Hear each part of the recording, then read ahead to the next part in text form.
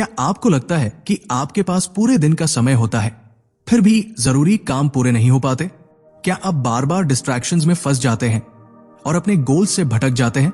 अगर हाँ, तो आज की ये कहानी आपकी लाइफ बदल सकती है। आज हम कोर ऑफ बुक्स पर लेकर आए हैं डैनी लहर की किताब विन योर नेक्स्ट से प्रेरित एक दमदार कहानी, जो आपको सिखाएगी कि अपने टाइम, एनर्जी और फोकस को सही जगह लगाकर असली प्रोडक्टिविटी कैसे हासिल करें। लेकिन उससे पहले आप सभी से एक छोटी सी गुजारिश है। आप लोग हमारे वीडियो देखते देखते खो जाते हैं, चैनल को सब्सक्राइब करना भूल जाते हैं। तो अगर आपको हमारी ये कहानी पसंद आई हो तो इसे लाइक और कमेंट जरूर करें, साथ ही अपने दोस्तों के साथ शेयर भी करें। और हाँ, हमने अपना मेंबरशिप ओपन कर दिया है। अगर आप हमें सपोर्ट करना चाहते हैं तो ज्वाइन जरूर करें। बुक का लिंक डिस्क्रिप्शन में दिया गया है। तो चलिए इस सफर की शुरुआत करते हैं। Chapter 1, the wake up call. Raghav की जिंदगी एक रूटीन में फंस चुकी थी। हर सुबह वही अलार्म की आवाज, भागते दौड़ते ऑफिस जाना, दिन भर ईमेल्स और मीटिंग्स में उलझे रहना और रात को एग्जॉस्टेड होकर सो जाना। वीकेंड पर भी इतना काम पेंडिंग होता कि वो कभी सच में रिलैक्स नहीं कर पाता। उसे हमेशा लगता कि मेरे पास टाइम ही नहीं है। एक दिन ऑफिस में उसका बेस्ट फ्रेंड विवेक उसके केबिन में आया और बोला, भाई, तू हमेशा बोलता है कि टाइम नहीं है, पर असल में प्रॉब्लम टाइम की नहीं, तेरे टाइम मैनेजमेंट की है। राघव ने चिढ़ते हुए कहा, अरे यार, बातें करना आसान है, लेकिन जब हर तरफ से प्रेशर हो तो खुद के लिए टाइम निकालना इम्पॉसिबल लगता है। विवेक मुस्कुराया और एक किताब उसके हाथ में रख दी। Win your next by Danny Lahar. बस एक चांस दे और इसे पढ़, हो सकता है तेरी प्रॉब्लम का सल्यूशन इसमें हो। राघव ने उस रात किताब के पहले कुछ पन्ने पढ़े। तभी एक लाइन ने उसे अंदर तक हिला दिया। Success isn't about having more time, it's about using the time you already have better. उसने सोचा, शायद मेरी असली प्रॉब्लम ये नहीं कि मेरे पास वक्त कम है, बल्कि मैं उसे सही से यूज नहीं कर पा रहा हूं। राघव को एहसास हुआ कि उसे अपनी सोच बदलनी होगी। Chapter 2, breaking the chains of procrastination. Raghav ने किताब के अगले कुछ पन्ने पढ़े और एक और लाइन ने उसे सोचने पर मजबूर कर दिया। The biggest enemy of progress is not failure but procrastination. वो सोच में पड़ गया। सच में उसकी सबसे बड़ी प्रॉब्लम यही थी। वो हमेशा अपने काम और सपनों को कल से शुरू करूंगा कहकर टाल देता था। उसका सपना था कि वो खुद का बिजनेस शुरू करे, लेकिन हर बार सोचता कि अभी सही टाइम नहीं है। रविवार की सुबह राघव ने एक नया एक्सपेरिमेंट करने का फैसला किया। उसने एक पेपर लिया और उस पर अपनी सबसे जरूरी चीजें लिखी जो वो करना चाहता था। फिर उसने हर टास्क के आगे एक टाइम स्लॉट डाल दिया। 8 AM to 9 AM business research, 9 AM to 10 AM learning new skills. उसने पहली बार नोटिस किया कि अगर वो हर दिन सिर्फ 1 घंटा अपने ड्रीम प्रोजेक्ट को देता तो अब तक बहुत आगे बढ़ चुका होता। लेकिन जैसे ही वो अपना पहला टास्क शुरू करने बैठा, उसका फोन बजा। एक WhatsApp notification, new sale on your favourite shopping app. Raghav ने सोचा, बस 2 मिनट देखते हैं, और वो ऐप खोल बैठा। देखते ही देखते 30 मिनट निकल गए और उसका पहला टास्क पेंडिंग रह गया। वो फ्रस्ट्रेटेड हो गया। उसने किताब का एक और पेज पलटा और पढ़ा, distractions are the silent killers of productivity, if you don't control them they will control you. Raghav को समझ में आ गया कि उसकी समस्या सिर्फ प्रोक्रेस्टिनेशन नहीं थी, बल्कि डिस्ट्रैक्शंस भी उसकी प्रगति को रोक रही थी। उसने फैसला किया कि अब से जब भी वो किसी जरूरी काम में लगेगा, वो फोन को साइलेंट पर रखेगा और सोशल मीडिया से दूर रहेगा। उसने अपनी घड़ी देखी, अभी भी 1 घंटा बचा था। उसने गहरी सांस ली, फोन साइलेंट किया और अपने ड्रीम प्रोजेक्ट पर काम शुरू कर दिया। पहली बार उसे लगा कि उसने सच में अपनी लाइफ के टाइम को जीता है। Chapter 3, mastering the power of focus. Raghav अब समझ चुका था कि उसका सबसे बड़ा दुश्मन प्रोक्रेस्टिनेशन और डिस्ट्रैक्शंस है। लेकिन अगला सवाल था, फोकस बनाए कैसे रखा जाए। उसने किताब के अगले कुछ पन्ने पढ़े और एक लाइन पर उसकी नजर रुकी, your ability to focus determines your ability to succeed. Raghav को एहसास हुआ कि जब भी वो किसी जरूरी काम में लगता, उसका ध्यान बार बार भटक जाता। कभी फोन, कभी ईमेल, कभी अचानक आने वाले छोटे छोटे काम। वो किसी भी चीज में पूरी तरह डूब नहीं पाता था। सोमवार की सुबह ऑफिस में उसका बॉस एक इंपॉर्टेंट प्रोजेक्ट पर डिस्कशन कर रहा था। राघव अपने लैपटॉप स्क्रीन पर देख रहा था, लेकिन उसका ध्यान बार बार इधर उधर जा रहा था। मीटिंग खत्म होने के बाद विवेक ने पूछा, क्या हुआ? तू कहीं खोया हुआ लग रहा था। यार, मैं फोकस नहीं कर पा रहा, राघव ने जवाब दिया। विवेक मुस्कुराया, तो फिर इसे ट्रेन कर। फोकस एक स्किल की तरह होता है जिसे प्रैक्टिस करके स्ट्रांग बनाया जा सकता है। राघव ने घर आकर किताब के अगले कुछ पन्ने पढ़े। एक और लाइन उसके दिमाग में गूंजने लगी।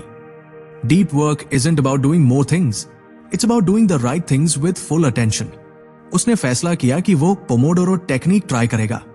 25 मिनट तक बिना किसी रुकावट के काम, फिर 5 मिनट का ब्रेक। अगली सुबह उसने अपना फोन साइलेंट किया, सभी नोटिफिकेशंस ऑफ कर दिए और एक टाइमर सेट किया।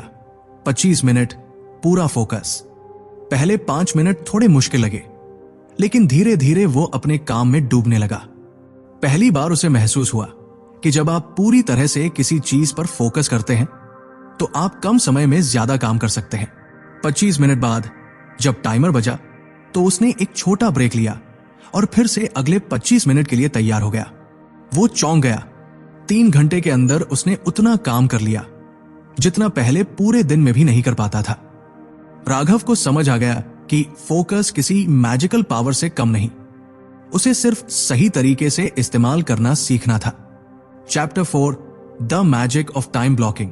राघव अब समझ चुका था कि फोकस उसकी प्रोडक्टिविटी को पूरी तरह बदल सकता है, लेकिन एक और चैलेंज था, काम को सही तरीके से ऑर्गेनाइज करना। वो दिन भर बहुत सी चीजें करता था, लेकिन कभी भी प्रायोरिटी सेट नहीं कर पाता था। रविवार की सुबह उसने किताब के अगले कुछ पन्ने पढ़े और एक लाइन पर उसका ध्यान अटक गया। If you don't control your schedule will control you. उसे एहसास हुआ कि वो हर दिन काम करता था, लेकिन बिना किसी प्रॉपर प्लान के। उसे हर चीज इंपॉर्टेंट लगती थी और इसी वजह से उसका टाइम बिना मतलब की चीजों में बर्बाद हो जाता था। सोमवार की सुबह ऑफिस पहुंचते ही उसने अपना ईमेल खोला। 50 से ज्यादा नए मेल थे। राघव ने सोचा, चलो पहले इन्हें देख लेते हैं, फिर बाकी काम करूंगा। लेकिन जैसे ही उसने ईमेल पढ़ना शुरू किया, 2 घंटे निकल गए और उसका सबसे जरूरी टास्क अभी भी पेंडिंग था। वो फ्रस्ट्रेट हो गया। उसने किताब का एक और पन्ना पलटा और पढ़ा, the secret to productivity is time blocking, schedule your most important tasks first. Raghav ने पहली बार टाइम ब्लॉकिंग को समझने की कोशिश की। इसका मतलब था कि दिन की शुरुआत में ही यह तय करना कि कौन सा काम कब और कितनी देर तक करना है। अगली सुबह उसने अपनी डायरी निकाली और अपने दिन को छोटे छोटे टाइम ब्लॉक्स में बांटा।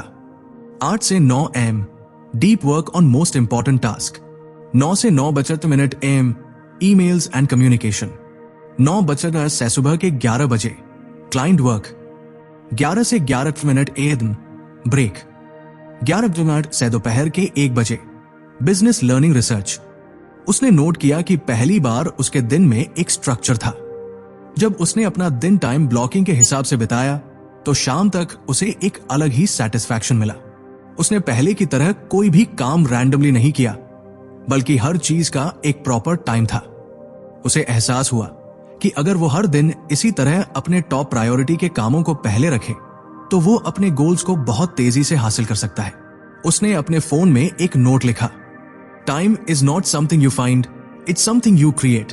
Chapter 5 the 80-20 rule for maximum productivity.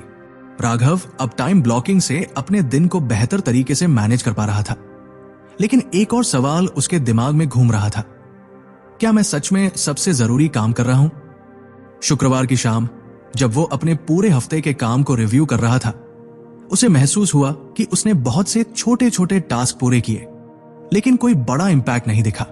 वो सोचने लगा कि कहीं वो उन कामों में तो समय नहीं बर्बाद कर रहा जिनका ज्यादा फायदा नहीं है। उसने किताब के अगले कुछ पन्ने पलटे और एक बहुत जरूरी लाइन पर उसकी नजर पड़ी, 80% of your results come from 20% of your efforts, focus on the vital few not the trivial many. Raghav ने 80/20 रूल, परेटो प्रिंसिपल के बारे में पढ़ा। इस रूल के हिसाब से हम जो भी करते हैं उसमें से 80% रिजल्ट सिर्फ 20% काम से आता है। उसे समझ में आया कि उसके पास दो तरह के टास्क होते हैं। हाई इंपैक्ट टास्क्स, वे काम जो उसके करियर और गोल्स में बड़ा बदलाव ला सकते हैं, जैसे बिजनेस आइडिया पर काम करना, नई स्किल सीखना। लो इंपैक्ट टास्क्स, वे काम जो जरूरी तो लगते हैं लेकिन ज्यादा इंपैक्ट नहीं डालते, जैसे बार बार ईमेल चेक करना, बिना मतलब के मीटिंग्स में बैठना। राघव ने एक पेपर लिया और अपने पूरे हफ्ते के किए गए टास्क लिखे। फिर उसने उनके सामने ये मार्क किया कि कौन सा हाई इंपैक्ट है और कौन सा लो इंपैक्ट। उसे चौंकाने वाली बात पता चली, उसने पूरे हफ्ते का 80% समय उन्हीं कामों में लगा दिया जो ज्यादा इंपैक्ट नहीं डालते। उसने तुरंत अपने अगले हफ्ते की प्लानिंग की। अब से वो अपने दिन के पहले 4 घंटे सिर्फ हाई इंपैक्ट कामों में लगाएगा और बाकी छोटे कामों को बाद में शेड्यूल करेगा। अगली सुबह जब उसने इस नए रूल को फॉलो किया तो उसे खुद पर विश्वास नहीं हुआ। उसने सिर्फ आधे दिन में ही इतना काम कर लिया जितना पहले पूरे हफ्ते में नहीं कर पाता था। उसने एक नोट बनाया, stop being busy, start being productive. अब उसे समझ में आ चुका था कि सिर्फ ज्यादा काम करने से कुछ नहीं होगा, सही काम करना जरूरी है। Chapter 6, the power of saying no. Raghav अब समझ चुका था कि सिर्फ सही कामों पर फोकस करने से ही असली प्रोडक्टिविटी आती है। लेकिन एक नई दिक्कत सामने आई, हर कोई उसे अपने छोटे छोटे कामों में उलझा देता था। ऑफिस में उसका एक कलीग बोला, यार मेरी प्रेजेंटेशन बना देगा, तुझे तो आता है ना। राघव मना नहीं कर सका, उसने हक कह दिया और अपना जरूरी काम छोड़कर उसकी मदद करने लगा। शाम को जब उसने अपना टास्क लिस्ट देखा तो पाया कि उसका खुद का सबसे जरूरी काम अभी भी अधूरा था। तभी उसे किताब की एक लाइन याद आई, every time you say yes to something unimportant you are saying no to something important. Raghav को एहसास हुआ कि अगर उसे अपने असली गोल्स पूरे करने हैं तो नो कहना सीखना होगा। अगली बार जब कोई उसे बेवजह का काम देने आया तो उसने मुस्कुराकर कहा, अभी मेरे पास टाइम नहीं है, लेकिन मैं तुम्हें सही तरीका बता सकता हूं जिससे तुम खुद कर सको। पहले लोग चौंक गए, लेकिन धीरे धीरे उन्हें समझ आ गया कि राघव अब अपने टाइम की इज्जत कर रहा था। उसने अपने फोन में नोट किया, saying no to others is saying yes to yourself. Chapter 7, the energy management secret. Raghav अब टाइम ब्लॉकिंग और 80/20 रूल को अच्छे से फॉलो कर रहा था। उसने नो कहना भी सीख लिया था, लेकिन एक और समस्या थी। कभी कभी पूरा दिन बीत जाता लेकिन वो खुद को बहुत थका हुआ महसूस करता था। एक दिन उसने किताब में पढ़ा, time management is important but energy management is the real secret to productivity. Raghav को समझ आया कि सिर्फ टाइम को कंट्रोल करना काफी नहीं है, बल्कि अपनी एनर्जी को भी सही जगह लगाना जरूरी है। उसने गौर किया कि सुबह के वक्त वो सबसे ज्यादा फ्रेश और फोकस्ड होता है, लेकिन दोपहर होते ही लो एनर्जी महसूस करने लगता है। इसलिए उसने एक नया रूल अपनाया, सबसे मुश्किल और जरूरी काम सुबह के हाई एनर्जी टाइम में करेगा, दोपहर में हल्के और कम दिमाग लगाने वाले टास्क करेगा। हर 90 मिनट के बाद 5 से 10 मिनट का ब्रेक लेगा। उसने अपनी दिनचर्या में वर्कआउट और अच्छी नींद को भी शामिल किया। कुछ ही दिनों में उसे फर्क दिखने लगा। अब वो ज्यादा काम कर पाता था और कम थकता था। उसने एक नोट लिखा, it's not about working more hours, it's about working at your best hours. Chapter 8, the distraction detox. Raghav अब अपने टाइम और एनर्जी को सही तरीके से मैनेज कर रहा था, लेकिन एक और बड़ी दिक्कत थी, डिस्ट्रैक्शंस। काम के बीच में कभी फोन की नोटिफिकेशन, कभी सोशल मीडिया पर स्क्रॉलिंग, तो कभी कोई बेवजह की बातों में उलझा देता। वो फोकस नहीं कर पाता था। फिर उसने किताब में एक लाइन पढ़ी, you don't need more time, you need fewer distractions. उसे समझ आया कि समस्या टाइम की कमी नहीं है, बल्कि ध्यान भटकने की है। अगली सुबह उसने डिस्ट्रैक्शन डिटॉक्स की शुरुआत की। फोन को साइलेंट मोड पर रखा और सिर्फ जरूरी कॉल्स के लिए डू नॉट डिस्टर्ब ऑन किया। काम के दौरान सोशल मीडिया और गैर जरूरी वेबसाइट्स को ब्लॉक कर दिया। हर सुबह 3 सबसे जरूरी टास्क लिखे और तब तक किसी और चीज पर ध्यान नहीं दिया जब तक वे पूरे न हो जाएं। पहले दिन ही उसे फर्क महसूस हुआ। उसका फोकस बढ़ गया और काम जल्दी पूरा हुआ। उसने अपने नोट्स में लिखा, control your distractions before they control you. Chapter 9, the art of finishing what you start. Raghav ने अब टाइम मैनेजमेंट, एनर्जी मैनेजमेंट और डिस्ट्रैक्शन डिटॉक्स को अपनी आदत बना लिया था। लेकिन एक और बड़ी समस्या थी। वो कई काम शुरू तो कर देता था, लेकिन उन्हें पूरा नहीं कर पाता था। कई बार ऐसा होता कि वो जोश में कोई प्रोजेक्ट शुरू करता, लेकिन बीच में ही छोड़ देता। कभी कोई नया आइडिया आ जाता, तो कभी किसी और चीज में मन लगने लगता। एक दिन उसने किताब में पढ़ा, starting is easy, finishing is what matters. Raghav को एहसास हुआ कि सिर्फ शुरुआत करना काफी नहीं, बल्कि उसे पूरा करना ही असली सफलता है। इसलिए उसने एक नया तरीका अपनाया। हर प्रोजेक्ट को छोटे छोटे टास्क में तोड़ा। हर दिन अपने टारगेट लिखकर उसे पूरा करने की आदत डाली। जब भी नया आइडिया आया, उसे तुरंत शुरू करने की बजाय नोटबुक में लिख लिया और पहले वाले काम खत्म किए। अब वो सिर्फ शुरू नहीं करता था, बल्कि खत्म भी करता था।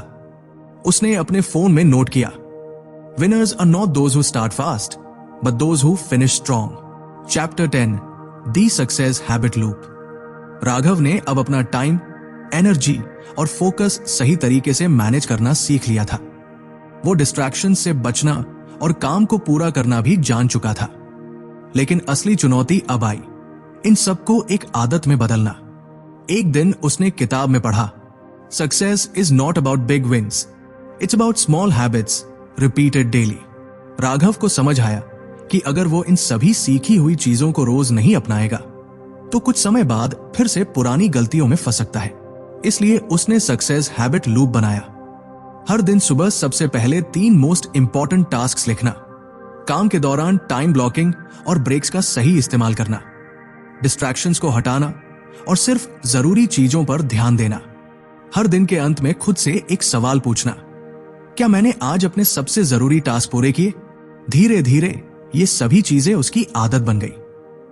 अब उसे ज्यादा मेहनत नहीं करनी पड़ती थी, ये सब ऑटोमेटिकली होने लगा था। उसने अपने नोट्स में आखिरी बात लिखी, success is just the result of small consistent actions. अब राघव की लाइफ पहले से ज्यादा ऑर्गेनाइज्ड, फोकस्ड और सक्सेसफुल बन चुकी थी। वो अब सिर्फ बिजी नहीं था, बल्कि ट्रूली प्रोडक्टिव था। तो दोस्तों, ये थी कहानी विन योर नेक्स्ट आर किताब से प्रेरित, जिसने हमें सिखाया कि सिर्फ मेहनत करना काफी नहीं, सही चीजों पर मेहनत करना जरूरी है। अगर आपको यह कहानी पसंद आई तो लाइक, कमेंट और शेयर करना न भूलें। और हां, ऐसी ही दमदार बुक स्टोरीज के लिए कोर ऑफ बुक्स चैनल को सब्सक्राइब करें। किताब का लिंक डिस्क्रिप्शन में दिया गया है, जरूर चेक करें और इस बुक को पढ़कर अपनी लाइफ को और प्रोडक्टिव बनाएं। मिलते हैं अगली वीडियो में, तब तक के लिए अपने समय का सही इस्तेमाल करें और अपनी लाइफ को अपग्रेड करें। मैं हूं रोहन और मिलता हूं आपको अगली powerful book story. Thanks for watching, stay motivated and keep designing your life. Until next time, take care.